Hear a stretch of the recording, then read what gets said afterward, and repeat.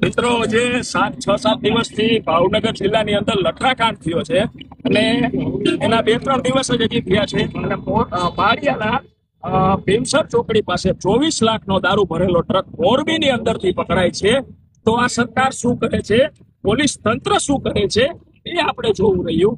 કારણ કે આ આખા તંત્રની અંદર 300 કરોડનો દારૂ 2025ની અંદર પોલીસના ચોપડે નોંધાયેલો છે, સીઝ કરેલો. અને આખો કારોબાર તો હજારો રૂપિયાના કરોડોનો છે.